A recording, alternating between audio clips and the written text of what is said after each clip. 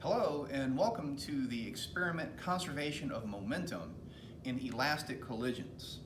Now, the previous experiment dealt with inelastic collisions. This one deals with elastic ones. Now remember, elastic collisions conserve energy.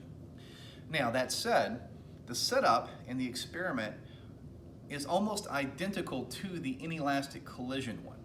You have the same equipment, you have two motion sensors, your track, and I'm using the same carts. Now the difference between the way these carts are being used in this experiment and in the previous experiment is the sides.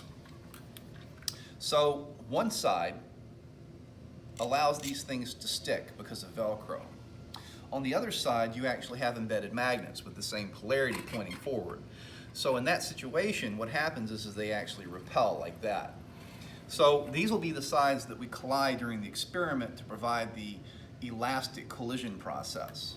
Now, in the next video, I'll show you the experiment as set up properly, and we'll also do an example run, and I'll see you then.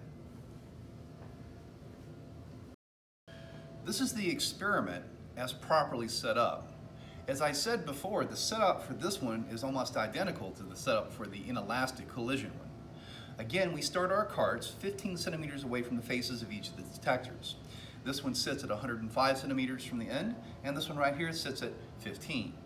Now, that said, we have the magnet sides facing forward, so when I do my experiment, which is pretty much identical to the way we did it previously, what we'll have is the carts coming in, and let me do a run here, colliding and bouncing off. Now, you'll do one run. These carts are the same. This is cart number 2 as before. This is cart number 1, and the masses will be in your spreadsheet. Hi, and welcome to the theory section for Lab 7. Now, Lab 7 deals with elastic collisions. And elastic collisions are collisions that conserve energy and conserve momentum.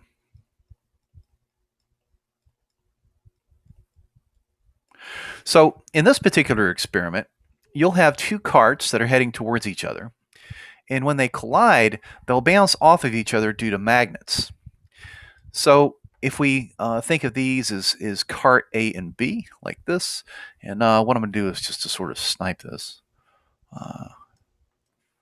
Put it over here because this will be after the collision. So cart A and B, they have their own masses, MA and MB, both of which are given to you in your spreadsheet with your data. They have their own initial velocities, VA naught and VB naught.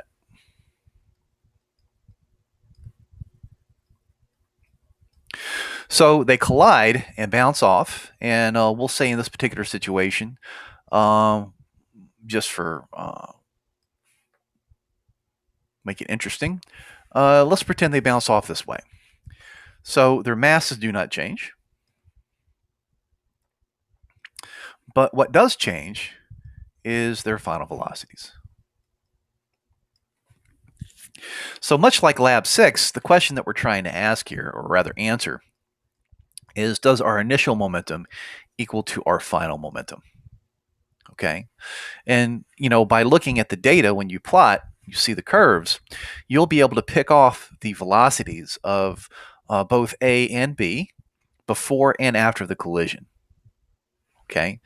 And, again, don't forget that these are vectors. So, for example, in this particular case, before the collision happened, cart B was moving to the left and cart A is moving to the right, which means that this would have a negative velocity and this would have a positive velocity. After the collision, you can see here, cart A is moving to the left, which is negative, and cart B is moving to the right. So when you add up the momenta, and here's the initial,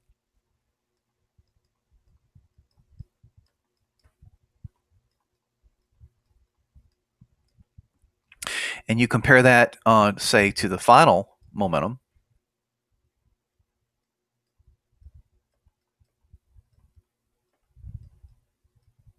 the question that we're trying to answer is, are they equal to each other? Okay. Now, do not forget, again, to take into account direction. All right, and that's the theory section for this lab.